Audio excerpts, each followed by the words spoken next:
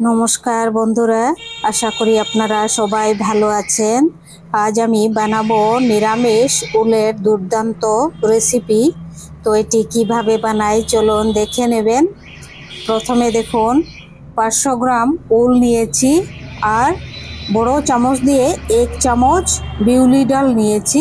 বিউলি ডালগুলো 10 মিনিট ভিজিয়ে আমি রেখে দেব। ভিজানোর পর এটি শিলের মধ্যে বেটে নেব। এটি 10 মিনিট ভিজালেই খুব সুন্দর নরম হবে। বিউলি ডাল খুব সহজেই নরম হয়ে যায়। আর উলের খোসাটা ছাড়িয়ে প্রথমে সেদ্ধ করে নেব অল্প হালকা 5 মিনিট।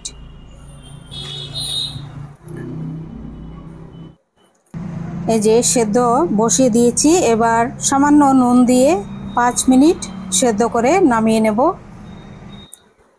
দেখুন সেদ্ধ করা হয়ে গেছে, একদম সেদ্ধ হয়ে গেছে। এবার গ্যাসটি অফ করে দেব।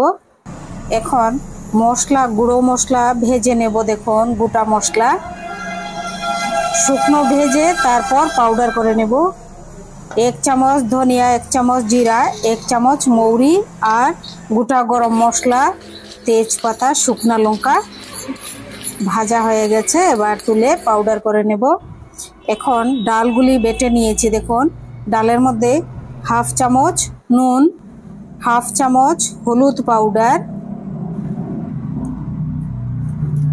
1/2 চামচ নুন, 1/2 চামচ হলুদ পাউডার দিয়ে দেব 1/2 চামচ কালো জিরে। এই যে কালো জিরে দিয়ে দিচ্ছি। এবার এটি ভালো করে ফেটিয়ে নেব। বিউলি ডালগুলো দেখুন খুব নরম হয়েছে। এবার বড়া বানিয়ে নিচ্ছি। দেখুন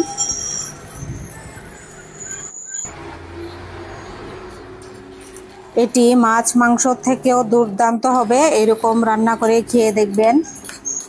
বিউলি ডালের বড়া দিয়ে উলের তরকারি অসাধারণ লাগবে খেতে। সবগুলো ভাজা হয়ে গেছে, তুলে নিচ্ছি। দেখুন খুব নরম।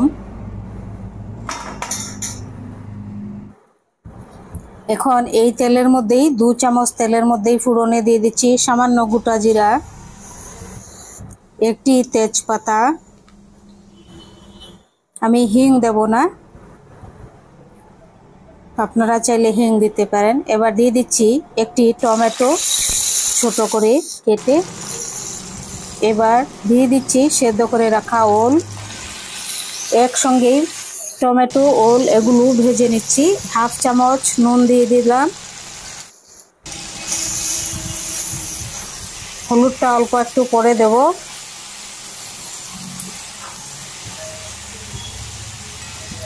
পাঁচ মিনিট ভাজা হয়ে যাওয়ার পর আমি দিয়ে দিচ্ছি এই যে লাল লঙ্কা 1/2 চামচ আর জিরা 1/2 চামচ বাটা।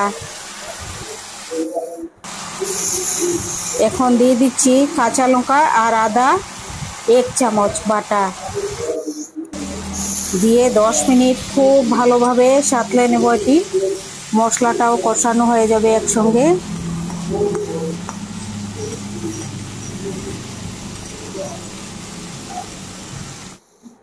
মশলা কষানোর পর এবার দিয়ে দিচ্ছি সামান্য হলুদ।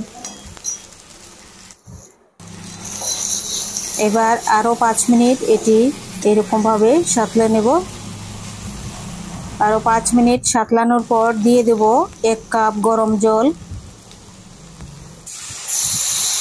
1 কাপ গরম জল দিয়ে দিলাম। এখন দিয়ে দেব ভেজে রাখা বিউলি ডালের বড়াগুলো।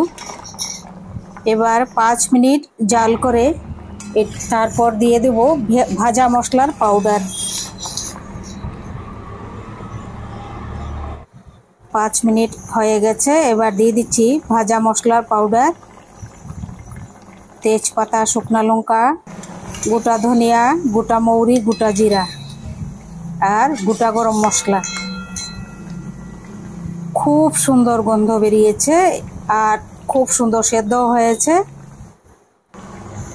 এবার দিয়ে দিচ্ছি 2টি গোটা কাঁচা লঙ্কা। হয়ে গেছে তরকারি। এবার নামিয়ে নিচ্ছি।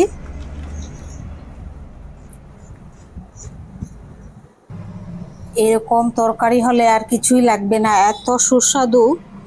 এরকম আপনারা বানিয়ে খেয়ে দেখবেন। নিরামিষ আর আপনাদের যদি রেসিপিটি ভালো লাগে সাবস্ক্রাইব করবেন, লাইক করবেন, শেয়ার করবেন, কমেন্ট করে জানাবেন কেমন লাগলো আপনাদের এই রেসিপিটি।